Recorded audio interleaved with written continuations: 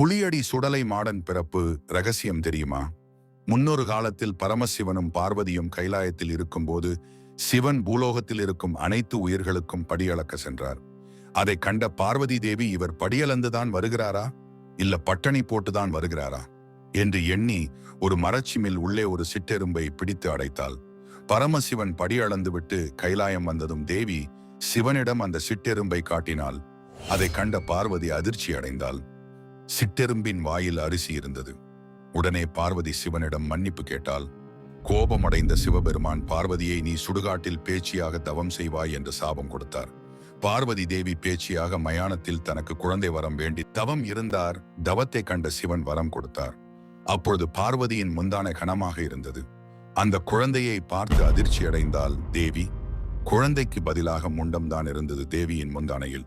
இது போன்ற வீடியோஸ்களுக்கு புலியடி சுடலை எடிட்ஸ் சேனலை சப்ஸ்கிரைப் பண்ணுங்க.